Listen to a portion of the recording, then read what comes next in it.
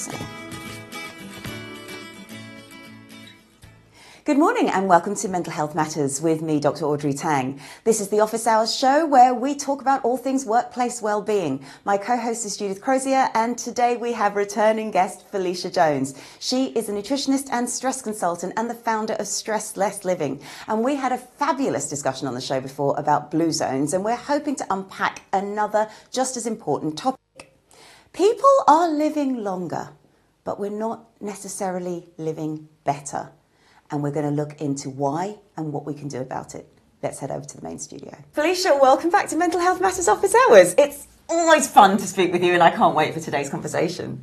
Thank you, and it's, as always, great to be here. Generally, it's really funny when you say that because you want to really say, I generally love being here. And I do. So thank you for inviting me again. It's the same. Yeah. We love you and we look forward to having that conversation. So, yeah, it's brilliant to have you. And again, it's one of those topics. You did such a brilliant job on unpacking not just what blue zones are, but how to practically use them and how we can connect with them. And if you haven't seen that show, please go to Felicia's show on blue zones because it was just so interesting. Really was. And today's topic is just as interesting, but probably a little bit more serious. We are living longer, which is great, but we are not necessarily living healthier. And the McKinsey Health Institute recently published a study, and they said we're now spending more time in poor health than ever before. But the thing is, things don't actually have to be that way. Our global lifespan, and this is their research, has more than doubled between the 1800 and 2017. It has gone from 30 years to 73, which is great. However, people's lives lived in poor or moderate health has generally remained unchanged at 50%. So whilst we were only living to 30, we had those 15 years of not great health, adulthood. Now it feels like, well, okay, we get to maybe 40 and we abuse our bodies, and then for the next 40 years we're paying for that abuse. So what can we do? What is happening that is making us unwell, and what can we do about it? Yeah, I mean, I like the research that McKinsey does, and if you look, it's prolific. They have so many. When you started that, it said 1800. That's a long time, you know, a long time ago. And what we're looking at there is a lot of what we call communicable diseases. Yes. So those, you know, the bugs, the influenzas, and all of that kind of thing, those have been eradicated, or, you know, we don't have the smallpox or the typhoid in the same way that we used to. So that is one thing. What we do have now is non-communicable. So we have a lot of the cancers and diabetes, and, you know, even things like osteoporosis is increasing, heart disease. We're seeing an increase in that, and we're seeing that increased at a younger age as well. And so I think one of the things that is important is to look at the difference between what it is to be alive and what it is to be healthy.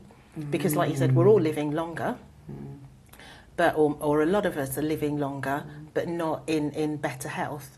And so what we don't want to do is bash anybody over the head and say, you know, you've got to do this, you've got to do this as a preventative initiative.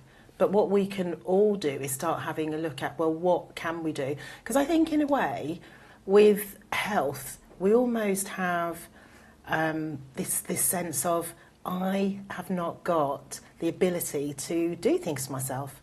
I've got to go to the GP, for the GP to say do this or to have medication. But there are so many different things that you can, you know, do for yourself. Or the other thing I hear is about people saying, well, this happened in my family line, my parents had such and such, so I'm going to get it. But we know, because of epigenetics, that we can actually change our biology through our lifestyle and different things that we choose to do. Wow. So as I said, not banging people over the head saying you have to do this, but we can make choices to do small things and to actually change our lives. And it's not simply about living longer, it's about living longer in better health, because like you said, you don't want to spend 40 years on either oxygen or having these massive blister packs with lots and lots of medications. But I've worked with people, and one story, I always tell this story because I love it.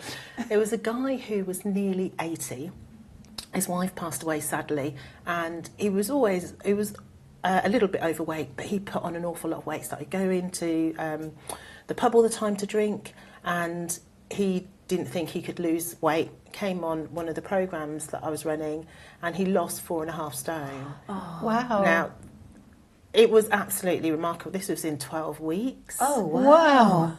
And he didn't have great mobility. He literally stopped going to the pub and having meat pies. I know it sounds a really funny thing. He did do other things as well. Yeah. But it was those fundamental things that he was doing every day that was turning his health that way and shortening his lifespan to just making a different choice. Yeah. Gosh. Yeah. So that's really... Yeah, it was absolutely incredible. It was just, and he wasn't taking pills, he wasn't doing anything like that. And he couldn't walk that much, but when he went into the centre of town, he would make sure that he walked as far as he could. You know, and it wasn't like, oh, I'm determined to lose this weight. It was just, I'm so fed up of feeling bad. I want to feel good. I love that story. Yeah. I love that story. I'm going to throw a spanner in the works here, just I know, because you're going to be asking a societal question, and I was watching a documentary recently about Britain's fattest town, I think it was called, and there it was just so easy to buy the meat pie. Because the meat pie was cheaper and there was a deal on it, and so why buy the fruit and veg because it's going to cost you so much more? And I think, does society have something in there that needs to be done as well? I know we need to take accountability, but is there something that we should be doing more socially too? As in a government policy, Yeah. I think absolutely it is part of public health's mandate to, you know, look after everybody in society and to have all of these health initiatives. So it's not only about the individual or putting it on the individual. And one of the things that I'm really, I'd say, passionate about is not making people feel guilty. Yes. So when you have these posters up saying, don't smoke because you're going to get this and you're going to get that, obviously that is really important as an educational, that will happen. But when you constantly say to people that kind of negative, it blocks the possibility. But if you could actually show that somebody who smoked is now doing this, or somebody who was acting, not doing any activity is doing this, and this is how they are now, that is what actually incentivises people to actually turn their lives around, rather than being told, you're wrong. I mean, who likes that? You're so you're going to give up really before you've got the opportunity to kind of make that change. And you need to have an example of what it could be, rather than don't do this, okay, I've stopped it, what should I do? Yes. And why should I stop? Yes. Yeah, and if you see it, I love that. Yeah. That's so important. That makes a lot of sense. So talking about the potential health equality, because obviously, you know, it does really cost a lot of money to buy really good food. We, as teachers, when we worked in our respective school, well, our same school and then our different schools, we saw the beginning of the change really with breakfast clubs. So, the children that used to come to school really hungry suddenly had somewhere that they could get nutritious food. So how does that inequality affect the broader population as we become adults? Yeah, Jude, I think it's an amazing question, one that we really do have to ask. And I know the government have created an initiative now, so in 2026 there's going to be wider broadband, there's going to be wider access to free school meals. So that's fantastic. You know, we all need that. But that's for primary school children. Yeah. So for children in secondary schools, children or young people at college or university, they haven't got access to that same thing. And they're growing, they're developing, their brains still need that nutrient. And so, you know, it's really important that it's a broad spectrum. It's not simply for the young children. No, that's right. Right. It is important for that, but it's not just that. And, you know, you think of the trauma of not having food, what that's like. And I'm speaking for you, but fortunately I think that we haven't had that, or maybe not experienced it, you know, that kind of thing. But I have worked with people that haven't, or mothers who aren't actually having 3 meals because they're giving it up so their children can. And that's actually trauma, because your body isn't able to feed it. You're not able to do the things that you're meant to do as a parent, as a worker, as any, you know, with any of those things. So I think it's something. It is a policy issue. We can't rely on the food banks, and you're not necessarily going to get the healthiest food from those. But yeah, it has to, that has to change, and that recognition that it's not simply about somebody not having a meal and not feeling hungry here. It's affecting everything in their body and their development. You know, even down to even thinking about your bone health and people not being able to eat well because their teeth or their dentures are. You know, it's true. It's a big thing. It's a big issue. We don't think enough about the impact it has. Or holistically, do we? We just, even society, it wants to fix this one little problem. Oh, no, now children have got free school meals. Okay, let's take it broader. Why do they need this nutritious meal? So exactly. True. So true. So kind of broadening that then. So say you're gluten intolerant, for example, and those products are much more expensive in the supermarket, aren't they? So how, if somebody can't really afford those, how are they then going to get the best food for them? Or again, is that a question regarding societal intervention? Yeah, I mean, I think another great question, because we have this term like gluten intolerant, and it's more and more people are actually saying that, but I think one of the things to do is with testing, to actually see whether, you know, are you missing that enzyme? Are there certain things in the wheat that you can't actually have? Because otherwise people are tending to eat things or go for things because they've got a digestive issue. So I think testing is one thing, and that testing being available on the NHS. That to go to a diagnostic organisation to test is very expensive. You know, so that being available. And I did a piece of work for Health Watch, an organisation that really looks at societal health, about being able to have foods in the pharmacy. So that was quite a few years ago. So there are different gluten breads, but not everybody is able to have that. You have to be tested. So I would say, well, instead of just going for gluten products, let's educate people on the plethora of other foods that are available that aren't wheat-based alternatives. There's a lot of different things, and there's things that you can make in your own home. I was just going to say, you can learn to make your own food. Yeah, you can do, but it has to be educational in a way that's accessible, and that when we look at inequalities, that's often the thing, is that it's not accessible. People don't either have the means to buy the ingredients, or they don't have the education. So I think making that available, and yes, you can look at YouTube for different things like that, but it has to be something that's credible. Again, I think it is a policy, a public health policy issue, to make it more available. And I think this sort of relates to my next question, which is about the workplace, because we kind of know with schools have the breakfast club, and it protects people's pride as well. So the children can go and no one knows, and it's all fun. In the workplace, and I come back to, I know it's movies and Hollywood and all of that, but I think, is it In Pursuit of Happiness, the Will Smith film? He's homeless, and he and his son, they live in his car, and they go and wash up in a public toilet, and he goes to work, and no one knows.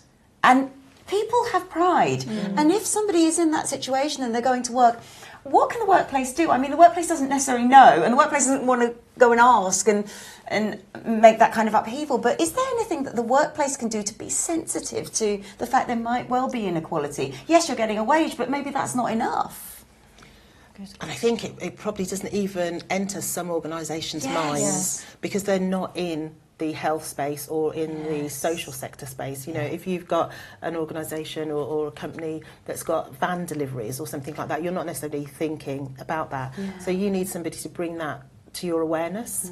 And there are councils, health and wellbeing teams that do go into organisations and do talk about this. So talk about health on a broader spectrum, all the things that you can do to help your workforce be more healthy. And it is, because especially with the growth of food banks, that, you know, that topic does actually come up. But like you said, one of the issues would be somebody actually saying. Yes. I think if you are sensitive to it, if you are an organisation that's sensitive to it, actually having packs, you know, like in the toilets you have period packs, things like that, having packs out that are kind of discreet and somebody could just get it on the way home without having to literally go and ask for something. It has to be done discreetly, and making it so it's available to everybody. Yes, you know, not actually isolating certain people. I love that. You're just thinking about, you know, because workplaces that have canteens and things like that, they could do like the Too Good To Go. You can go and buy a pack from a restaurant chain or wherever for £2.50 kind of thing. Why can't a canteen do that? Just bundle up a pack and just leave it there. That's a brilliant idea. Yeah. Oh, my God. Right, okay. We're on a roll now, so we'll be back just after this. A world without the arts is one without confidence, creativity and community, and yet funding has been reduced every year. Arts programmes have been shown to benefit social inclusion and well-being, particularly for marginalised groups, with projects fostering a sense of belonging, cultivating mutual understanding, and breaking down social barriers and isolation. Participation in arts programmes can help boost confidence and open doors to opportunities that may otherwise be inaccessible. Click Arts Foundation offers grants up to £2,000 for grassroots arts projects twice a year, with our community arts experience trustees meticulously scoring each project on impact and sustainability. To date, we have supported craft and visual arts projects, dance, drumming for wellbeing, and preservation of heritage and culture. If you share our passion, not just for maintaining the arts themselves, but contributing to the many benefits it can bring, please consider making a donation to Click Arts Foundation registered charity.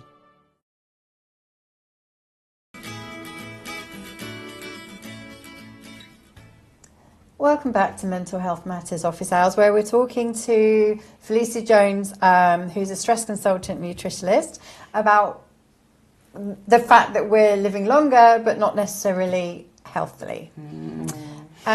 So the research that you've been reading into is focused on prevention rather than cure. So and a lot of the medical interventions is firefighting, obviously, just the nature of it. So how do we work with communities to try and improve our habits, to kind of prevent rather than try and cure it? Yeah, and another program that I worked on, it was called Food Ladders, and I don't know if you've heard of it. And up to now, it's still the primary initiative that I think works so well, and it should be all around the country. It was Dr. Megan Blake is the founder, if you want to look it up.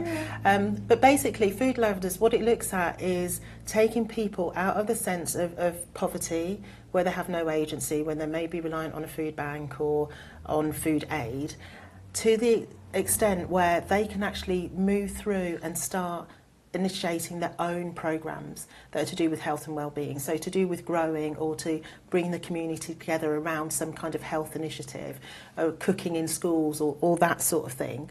So, you know, I love that and the cycle of that, because it enables people that may be at this stage that don't have to see there is light at the end of the tunnel. And not everybody will want to set up their own, CIC and give back in that way, but for some people they will want to, and I think that's an amazing way that people can move through not only the food poverty from kind of a nutritional point of view, but also the mental well-being that they've navigated going through that to something else. So I think that's really important. And we're all looking to live longer. Yeah. That's what this show is about. But that to be sustainable, for it not to be a trend, because we see that all the time, don't we? Yeah. On all these health initiatives, and it seems to be there's a flavour all the time. But for it to actually be something that becomes part of our lifestyle, rather than a trend for a little time, but something that we're going to be able to to maintain. And so I think when we're talking about lifestyle, we're not talking about short-term preventative. We're talking about for the rest of your life. Yeah.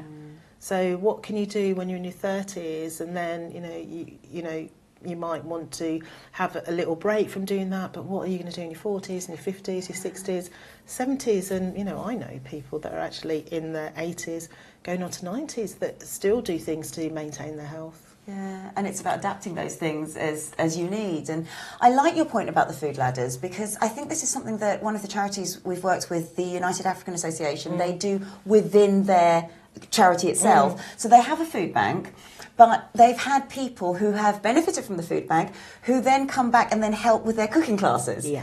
And it is about that, passing that knowledge on, but it is about giving them pride and giving them that dignity that they're contributing, as well as having been a recipient as well. I think that's so beautiful. And we forget about the mental aspect of when we're always, I guess, receiving and being told. You almost, that pushes you down. That makes you feel like, well, that's all I can do. Yeah, we have to lose our agency. Yeah, absolutely. So such a good point. Yeah, absolutely. And so even without the inequality, how do you change an individual's mind? For example, if I struggle to drink enough water, I might really aspire to be that person that just, oh yes, I drink 4 litres of water a day, whatever. Good for you. Well, I try. No, I don't.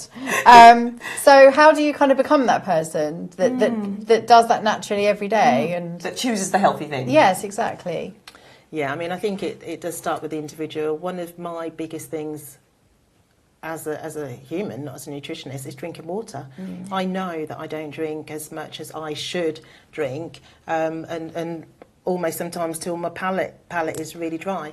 But I always say to people, instead of using willpower or just, oh, I want to do it, have a strategy.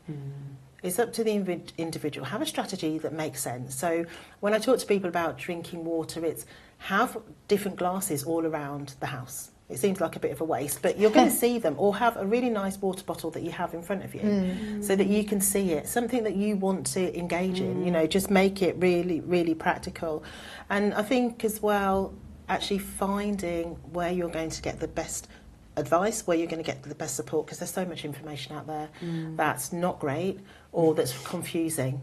So, just finding one or two people who you feel can support what you want to go towards, and not bombarding yourself, because when you've got all of that in your mind saying, oh, I should drink water and it has to be 2 litres a day, or is it 150 mils, and can I have tea and coffee and all of that? Just bring it down to, okay, well, I'm just going to have a look at the NHS guidelines, and that's all I'm going to do. And it doesn't matter who else posts, I'm just going to follow that. I know I've used your example, but it's a brilliant example to use.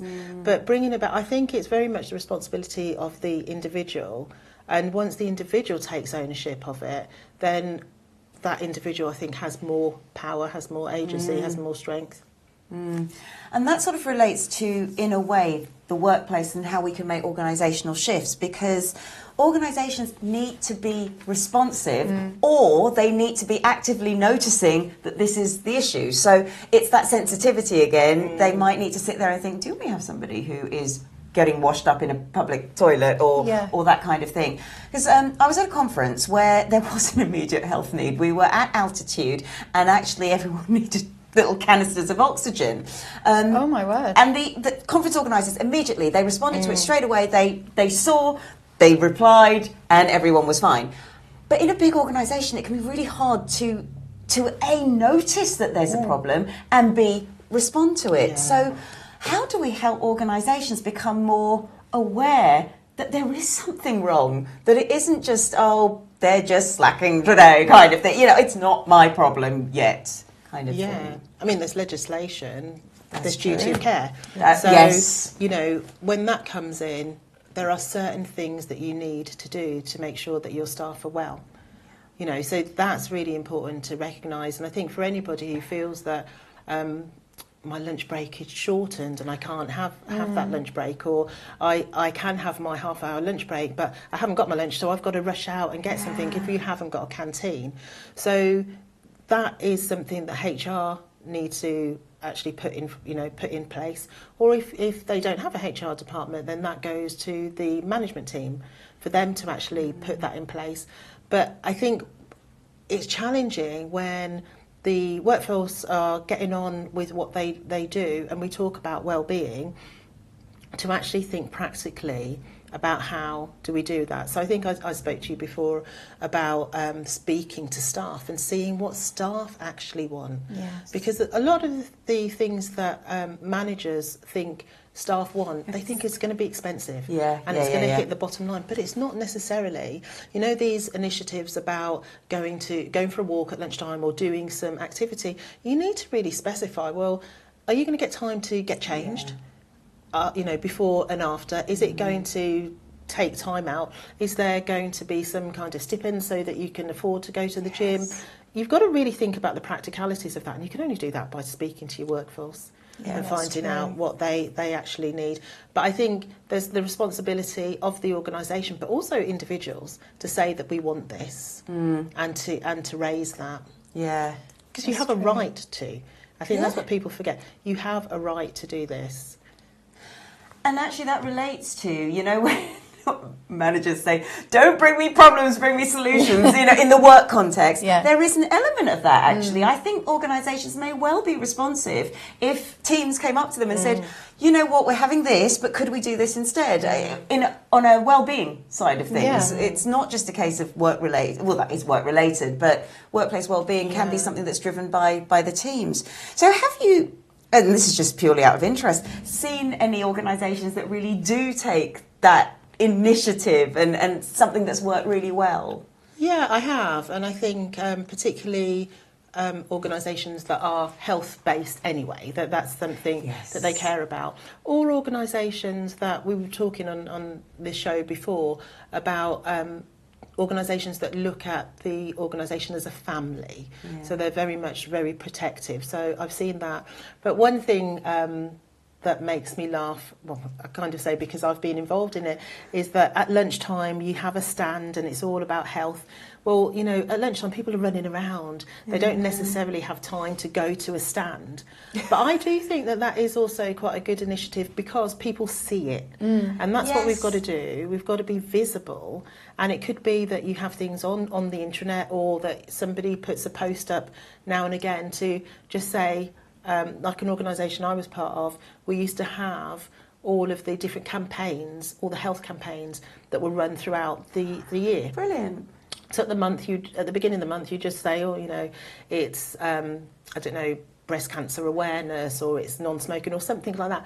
And it's not bashing people over the heads, but it's just making people aware that these things are actually available. And I think, in marketing terms, they say you need 12 touch points.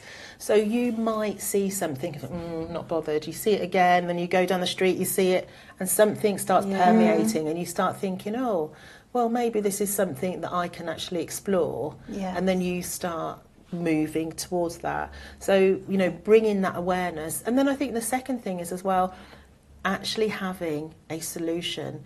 If this is the issue you have, this is who you could be referred to. Yeah. This is how it could work. So not leaving that employee just in that situation of, I'm ready now.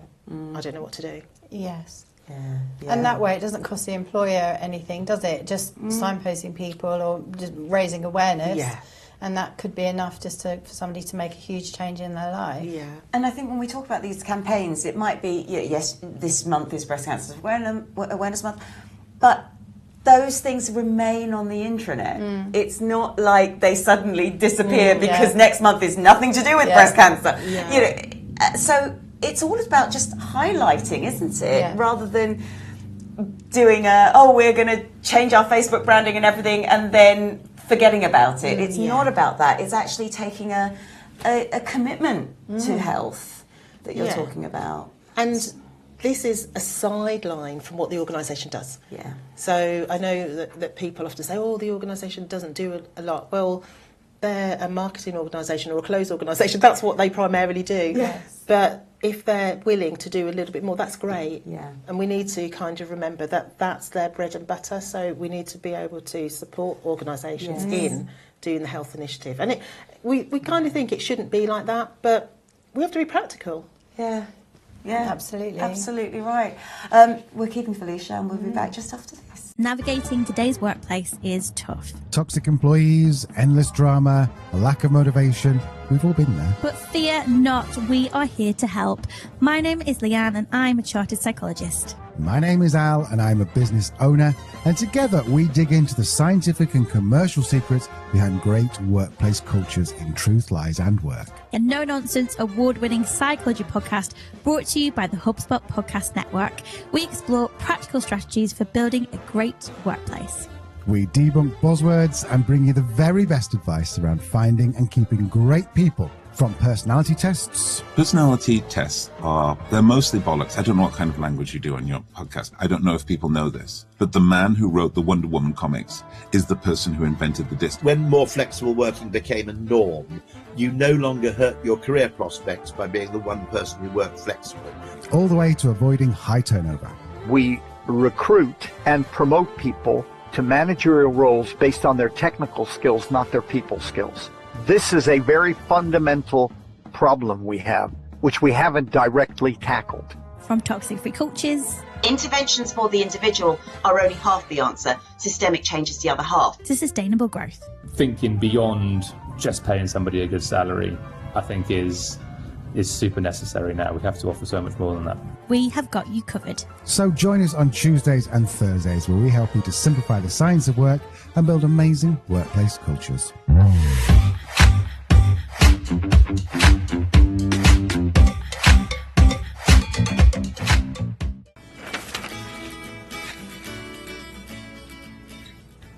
Welcome back to Mental Health Matters Office Hours. We're talking with Felicia Jones. She's a stress consultant and a nutritionist.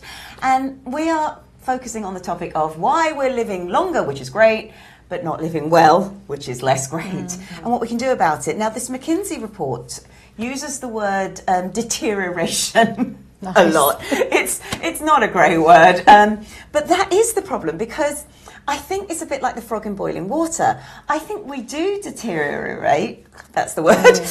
Our bones get less dense, our muscles get weaker, we get less flexible, but we kind of go, oh, it'll be fine. And we don't do anything about it. So how do we stop tolerating the things that will become detrimental to our health? How do we tell ourselves stop and let's take some positive action? And I think all those points that you raised about, bone density changing and our muscle tissue and that sort of thing, I don't think that people are necessarily aware that we start seeing these changes in our 30s. Yes. Oh, wow. And so I think a lot of people think, when I'm 60, and it gets quick, between 30 and 60 goes like that. So I'll do something about it when I'm 59. But really, we need to be doing this all the time, this maintenance work. And I think we also need to define health. I think, Audrey, you said that earlier on, something along those lines, because this is what it is to be healthy. But what does that mean? Yeah, and I think, and I think we need to actually think, what does health mean to me? I don't want to be running to the gym. But what can I do to help me be able to run up the stairs, or to be able to run, around the park with the kids or the grandchildren?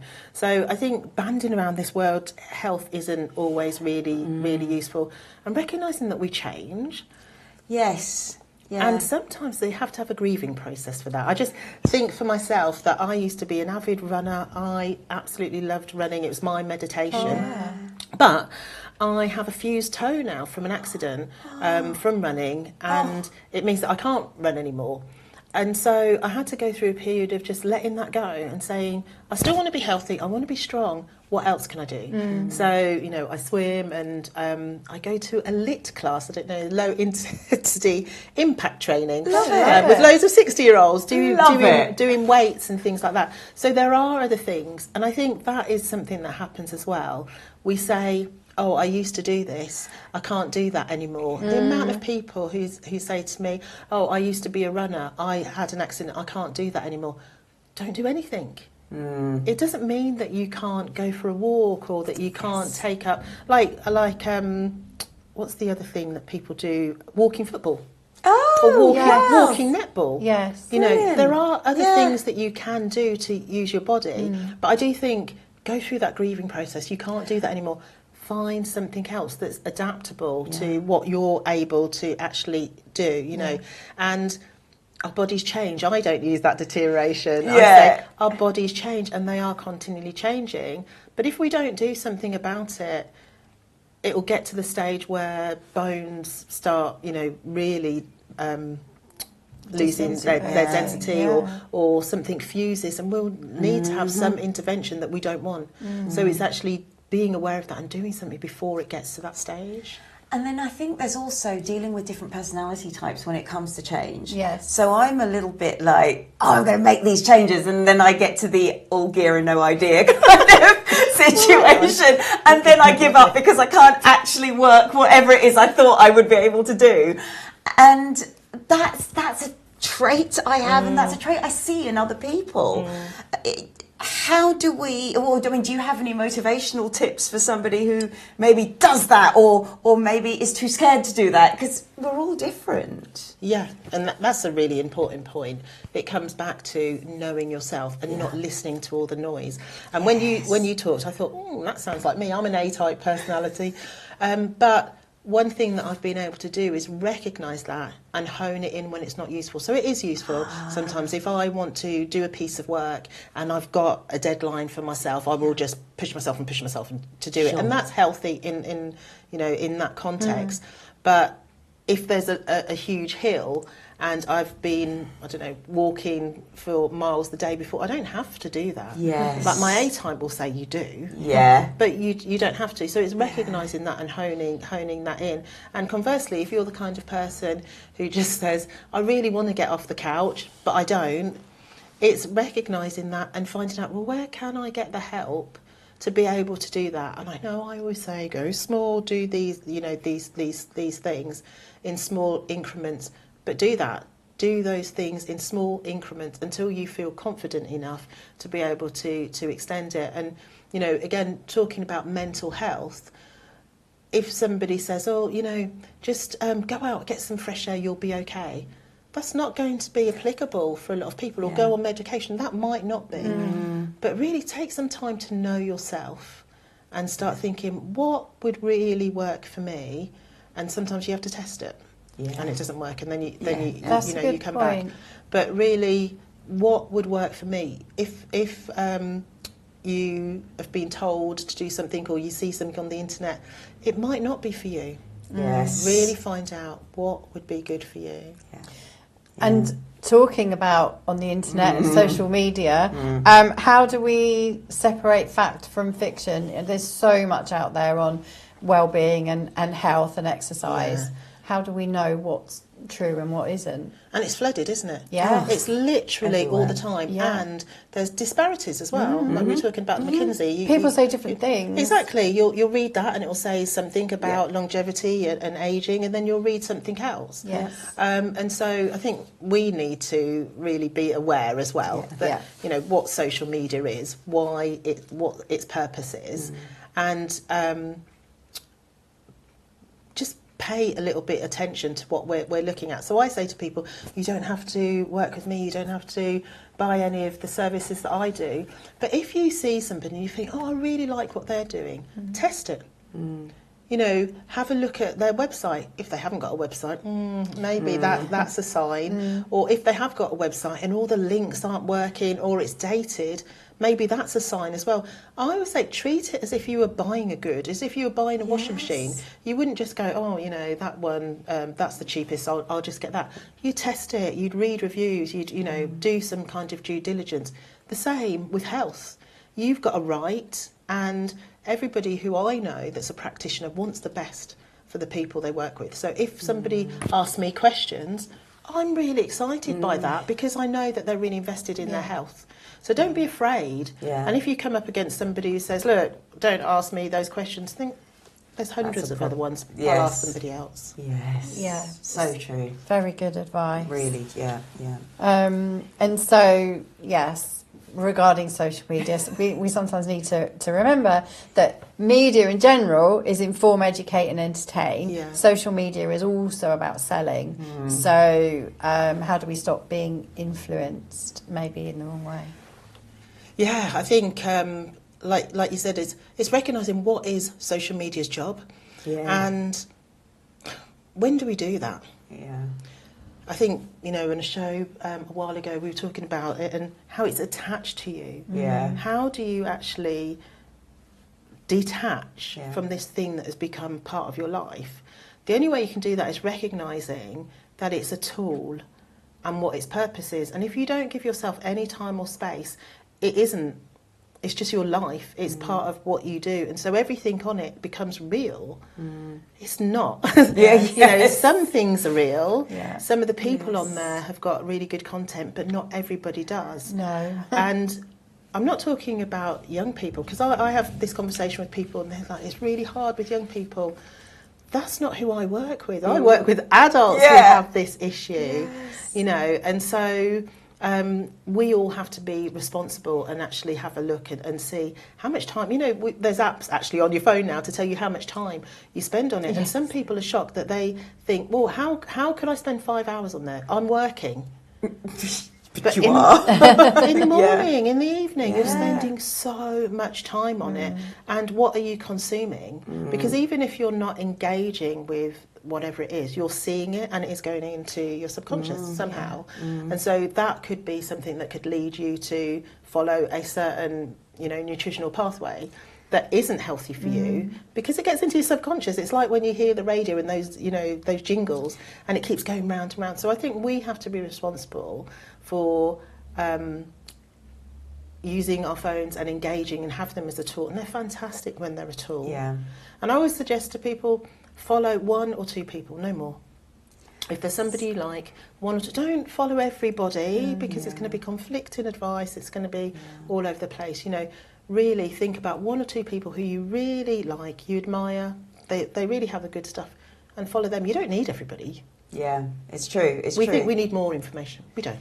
Yeah, I think that's one of the issues that I notice just in coaching as well, as an aside, because people can get very lost in analysing and reanalyzing and reflecting on themselves. And I've got nothing against journaling. I think journaling is brilliant. But you can get very locked into it, and then suddenly it's all about writing things down, not actually about, well, what are we doing with this information? Yeah. And we can... You're right in saying we don't need more information, and so much of the information is buzzwords. And then when you look deeper into these things, one thing calls one particular, there's a lot of menopause supplements at the moment that I seem to be getting advertised to, on Facebook and things. But one supplement is actually the same as the other supplement, which has just been marketed under a different name. And it's when you start doing that research and looking at things like Trustpilot and even Reddit, you kind of go, whoa! I did not know that. Yeah. And it's about the tool. It really is. Well, on that note, we're keeping you, Felicia. Let's head over to Business Boost.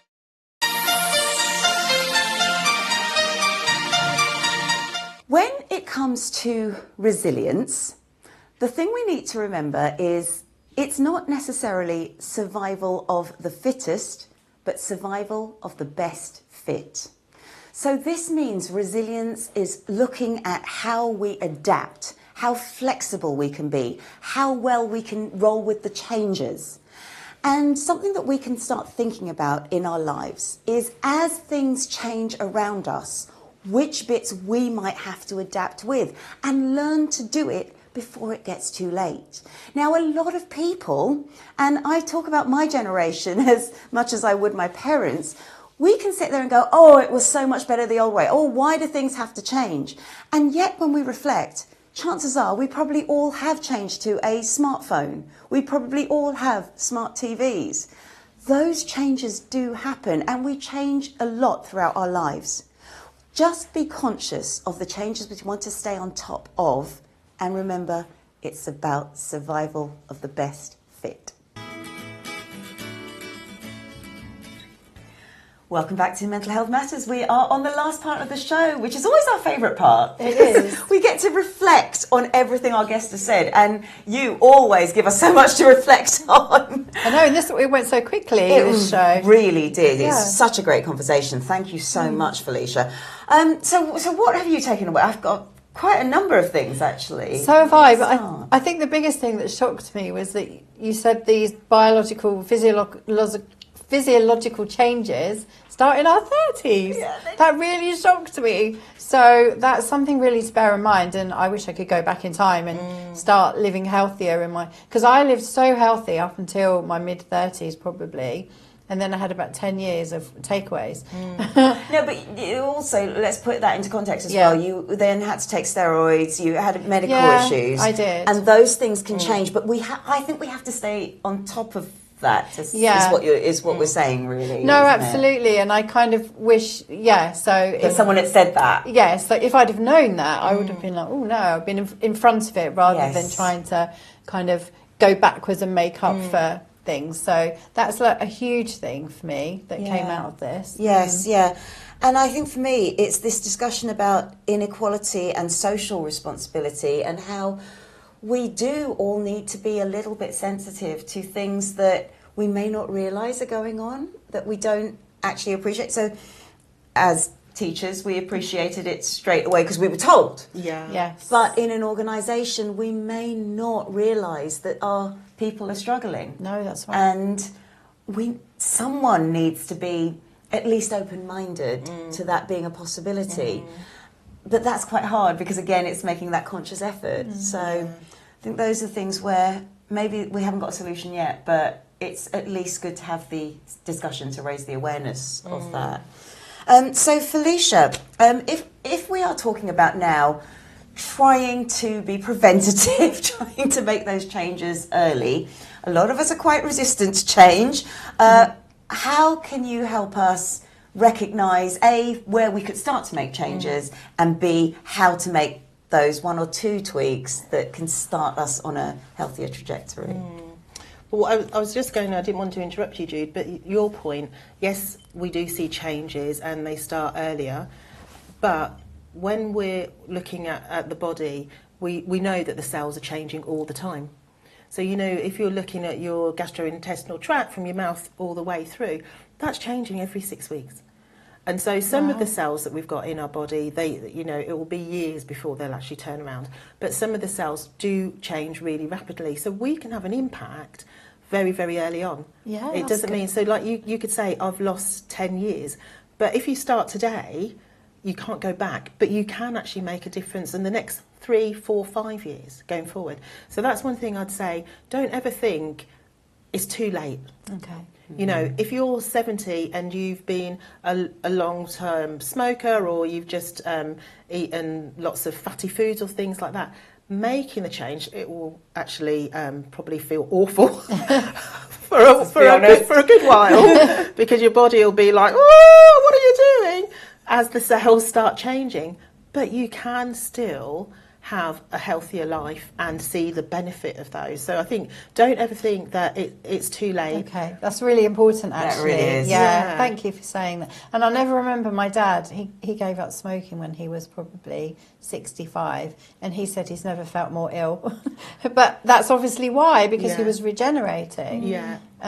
So yeah, that's really interesting. And to move past that, so the time that it's not so great, and then I know I say it on every show, but get community, get people who've been there before and they know what it's like to go through that really challenging part and come out the other end, and people who are going to support you in that journey, because it is a journey. Yes. And, you know, there are going to be times that you just feel like, I want to have a cigarette, or, you know, I want to just binge on cakes or things like that. And just having people around you saying, I felt like that. It's fine. You can get over it. You can move on. And then the other thing I'd say is to give yourself permission, not with cigarettes. I don't want you to start smoking.